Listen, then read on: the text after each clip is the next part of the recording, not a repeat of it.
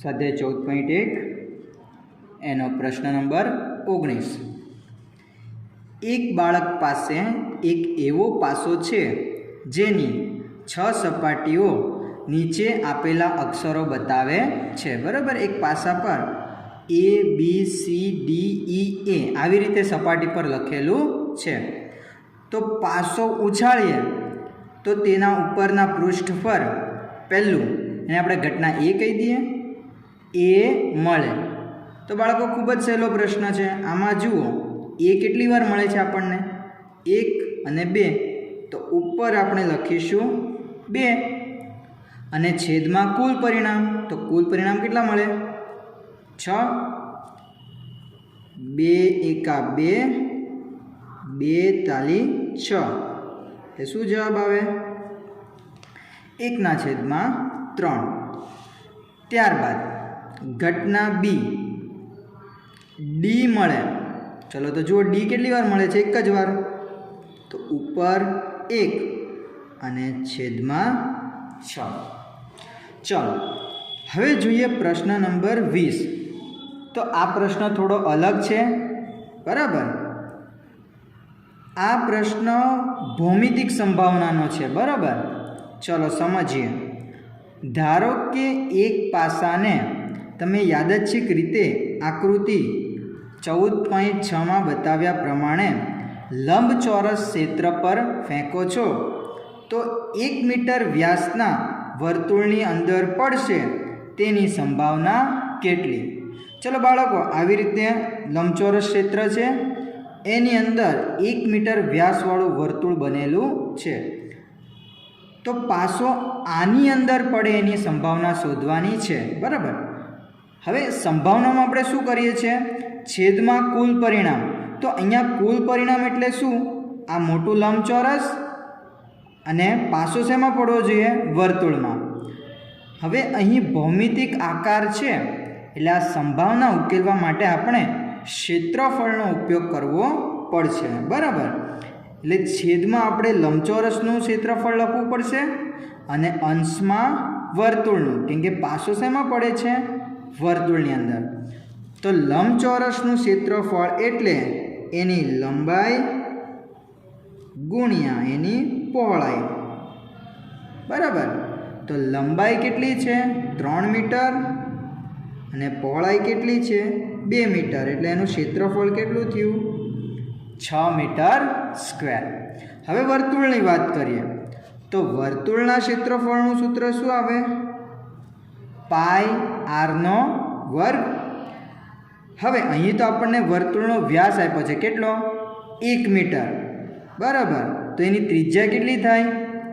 ત્રિજ્યા જે છે એ વ્યાસ કરતાં અડધી હોય,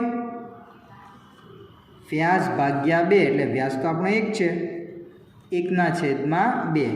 ચાલો તો પાઈ એટલે 22/7 અને r 1/2 એનો વર્ગ, બરાબર। ચલો સંભાવના છે એટલે આંકડામાં જ આપણે જવાબ આવશે।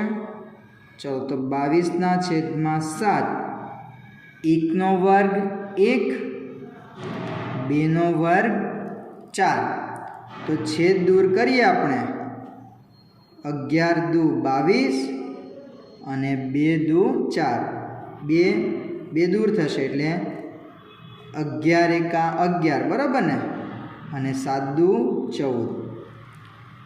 તો લંબચોરસનું ક્ષેત્રફળ 6 મીટર સ્ક્વેર આવ્યું અને વર્તુળનું ક્ષેત્રફળ શું આવ્યું? 11/14 મીટર સ્ક્વેર। તો આ પાસો વર્તુળની અંદર પડે તેની સંભાવના આપણે શોધવી હોય એને આપણે ઘટના નામ આપી દઈએ। પહેલાં તો ઘટના A, પાસો વર્તુળની અંદર પડે તો અંશમાં વર્તુળનું ક્ષેત્રફળ અને છેદમાં લંબચોરસનું ક્ષેત્રફળ। તો વર્તુળનું ક્ષેત્રફળ આપણું કેટલું આવ્યું? 11/14, બરાબર ને। વર્તુળનું ક્ષેત્રફળ આપણે શોધ્યું 11/14 અને લંબચોરસનું ક્ષેત્રફળ છે 6।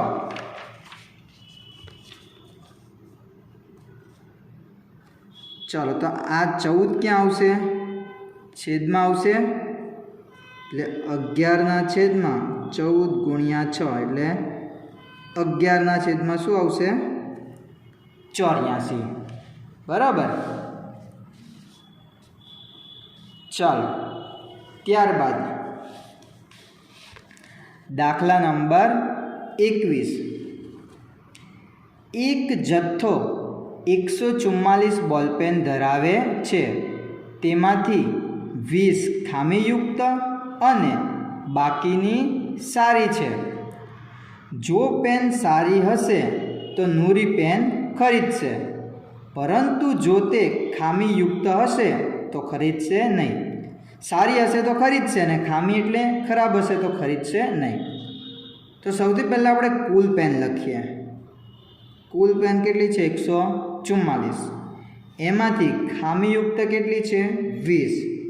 તો સારી પેન આપણે શોધવી હોય તો 144 માઇનસ 20 એટલે કેટલી થાય?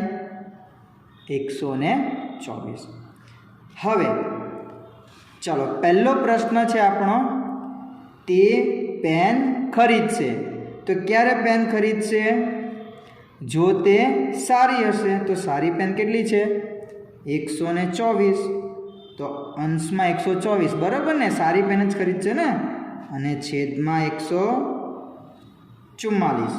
તો આના છેદ દૂર કરીએ તો 31 ગુણ્યા 4 કરીએ એટલે આપણને 124 મળે, અને 36 ચોક 144. 4 4 દૂર થાય એટલે શું જવાબ આવે?